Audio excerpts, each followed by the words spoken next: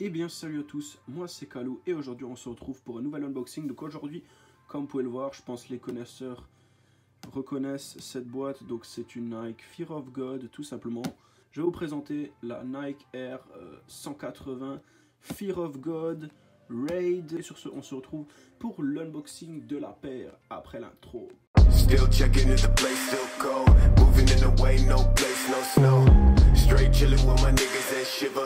Thinking about South Lake, thoughts on the river. Donc voilà les amis, devant moi la fameuse Nike Air Fear of God.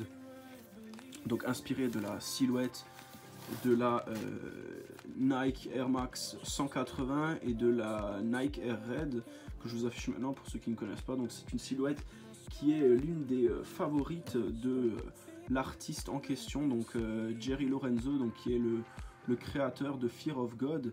Donc nous avons ici le Nike Air Fear of God One et en coloré bien sûr Lightbone, sachant qu'il y a une black qui sort le 27 mai si je dis pas de bêtises, et celle-ci était sortie le 26 avril au retail de 180 € et c'était sold out direct comme d'hab.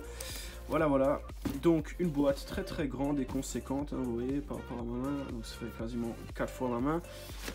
Très grande boîte. C'est dommage qu'ils n'ont pas les grandes boîtes carrées orange qu'il y avait aussi pour les bottes qui étaient sorties il y a quelques mois de ça. Et donc nous avons ici cette magnifique beauté. Franchement je la trouve esthétiquement très belle. Après moi je la porterai pas, mais pour la poser dans le placard, franchement c'est une paire qui est vraiment cool de design, en tout cas de conception. Et même les bottes qui étaient sorties, les espèces de bottes, enfin moi j'appelle ça des bottes, c'est des boots comme vous voulez, qui étaient sorties de Fear of God, qui avait un retail de 395 € si je dis pas de bêtises. Très propre, mais pas du tout adapté à mon look. Tout comme celle-ci, même si je pense que peut-être avec un petit short ça pourrait être sympa en été, même pas forcément une tenue de malade, hein, c'est une paire qui passe partout. La chose vraiment sur cette paire qui me fait kiffer à mort en fait, c'est surtout la semelle. Donc cette semelle caractéristique qu'il y avait déjà sur la boot, donc avec cette partie épaisse et cette bulle sur 2 étages qui est très propre franchement. Ça c'est vraiment le truc. Et en plus les Icy Soul, donc tout ce qui est les semelles transparentes Ice et tout ça, je suis sûr. 80, pourquoi? Parce qu'elle reprend la bulle de la Air Max 180, donc on part sur du R180 comme c'est écrit ici. Vous avez le Fear of God, donc qui est la marque, et le SN qui correspond sans doute à Serial Number, donc le numéro de série. Je sais pas si chacune des paires a son numéro de série propre. C'est-à-dire que la mienne a ce numéro de série et une autre aura un numéro de série différent. D'ailleurs si quelqu'un a la paire, n'hésitez pas à l'écrire dans les commentaires, hein, ça permettra de lever le doute.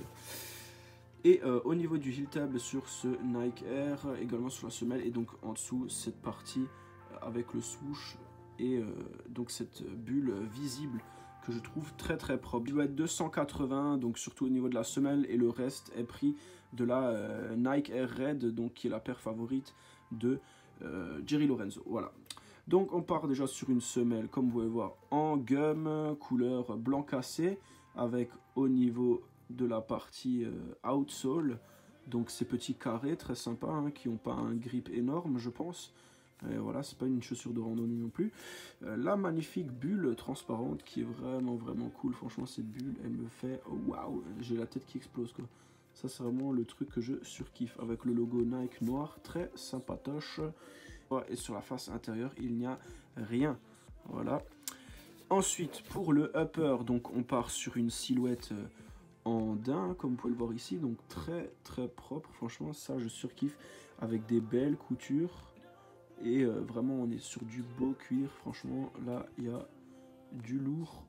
Nike c'est vraiment acharné pour avoir de la bonne qualité. On a vraiment l'impression d'avoir une paire de designer, de vraiment un truc haut de gamme dans les mains, un peu comme une Yeezy 700 pour ceux qui ont touché. Après bon, le retail n'est pas le même, hein. Une Yeezy 700 c'est 300 balles, mais là on est donc sur du 180.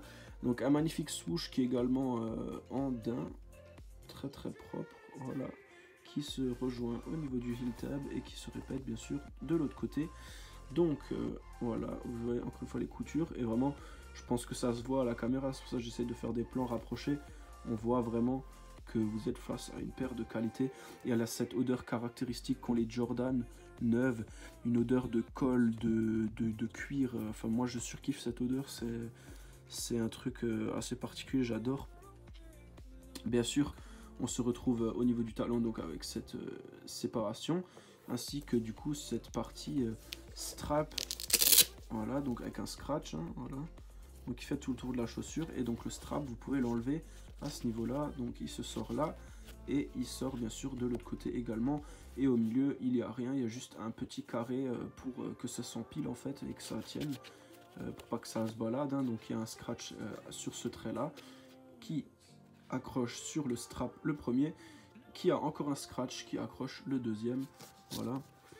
Et bien sûr au niveau de la toe box, on se retrouve donc avec ce strap de nouveau qui récupère le lacet, donc avec ce petit œillet, et bien sûr ces espèces de stries là, très jolies en couture, qui n'ont aucun aspect autre qu'esthétique, hein, c'est que de l'esthétique. Et bien sûr ces coutures en zigzag, ça c'est vraiment un gage de qualité, je dirais. Quand il y a des coutures comme ça, vous savez qu'il y a du taf sur la paire. Voilà, ça fait très propre en plus, voilà, comme sur les Off-White, hein. Sur le strap, donc comme on disait, avec bien sûr des lacets épais, je pense que vous avez déjà pu le constater, ainsi que un serre-lacet, donc Air Fear of God, avec de nouveau cette partie transparente, très très sympathique. Et on va descratcher cette paire manée, voilà, tac, tac, pour que vous puissiez voir à quoi ça ressemble. Donc vous avez bien sûr la partie au niveau du scratch qui est un peu plus rigide, voilà, c'est un peu comme du plastoc. Donc le premier scratch que je vous disais, et le deuxième scratch, ce que je vous disais également. Voilà, et donc les lacets qui se rejoignent au milieu avec une languette de nouveau, et donc c'est parti intérieur. De nouveau l'intérieur avec cette texture un peu nylon soie, hein, je pense que ça se voit un peu, ça brille, c'est très très confortable, c'est très doux. Franchement là limite pour être pieds nus dans la chaussure, malgré que ce soit quelque chose de dégueulasse que je déconseille de faire. Voilà, à part chasser les acheteurs potentiels de vos paires de chaussures, ça ne vous apporte rien, même si c'est peut-être confortable sur le coup. Donc une languette intérieure, donc Fear of God, donc on va la sortir un peu plus, voilà. Donc Fear of God qui est à l'envers d'ailleurs, hein, donc vous la voyez comme ça, à l'envers. Un fond de semelle, donc une semelle intérieure noire, Nike Fear of God, qui a priori pas de texture spéciale, hein, donc c'est une semelle assez classique, un peu rugueuse en surface, et bien sûr donc cet intérieur vraiment en nylon. Franchement je pense que ça se voit à la caméra, c'est vraiment doux. Là franchement on est sur du lourd, avec en plus encore des parties renforcées, donc là ils ont mis des parties renforcées pour que ce soit vraiment confortable à la texture lorsqu'on a son pied dedans, et ça franchement c'est vraiment très respectable, vraiment sur du bon taf. Et par contre ce qui est étonnant, je pense que vous allez le voir ici, la paire a été fabriquée en 2018, et comme je pense que vous êtes d'actualité au niveau de votre calendrier, on est actuellement en 2019. Ça voudrait dire que cette paire a été fabriquée, ou du moins la fabrication de cette paire a été lancée en 2018.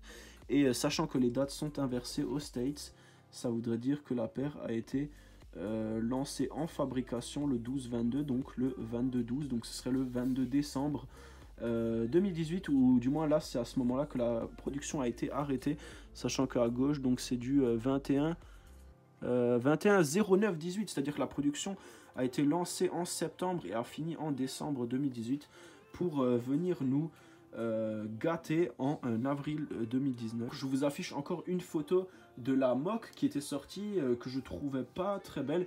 Et pour la petite histoire, j'avais essayé de la copier cette paire. Je croyais et j'étais persuadé que je ne l'avais pas. Et ma mère m'a confirmé que je l'ai reçue. En fait, c'est avec son compte que je l'ai gagné. Elle m'a dit ouais qu'il y a une paire qui a été commandée et qui est en cours d'arrivage. Genre je vais sur l'appli Nike Sneakers et je vois quoi, la paire a été remportée et est en cours de traitement pour la livraison dans quelques jours. Voilà, donc j'étais très très content et surpris à la fois.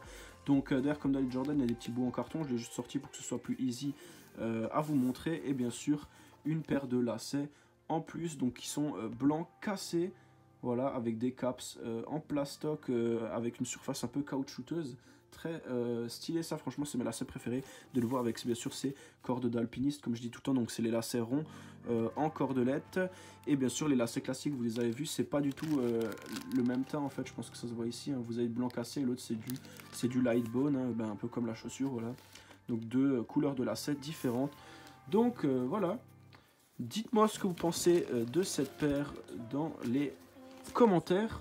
Je vous affiche un petit on-fit qui ne sera pas de moi. Donc j'espère que cette petite vidéo vous aura plu. N'hésitez pas à commenter la vidéo, abonnez-vous, c'est très important, c'est gratuit encore une fois. On atteint bientôt les 1200 et je compte les atteindre. Ça serait vraiment cool franchement si d'ici la fin du mois je les ai encore. Donc d'ici la fin du mois de mai, 50 abonnés c'est largement faisable, c'est presque 2 abonnés par jour. Donc j'espère que cette vidéo vous aura plu, n'hésitez pas à vous abonner à la chaîne, à liker la vidéo si elle vous a plu, à donner votre grain de sel dans les commentaires si ça vous intéresse et si vous avez quelque chose à dire bien sûr. Et sur ce on se retrouve pour un nouvel unboxing la semaine prochaine les amis, et sur ce je vous souhaite une bonne après-midi ou une bonne soirée et je vous dis ciao.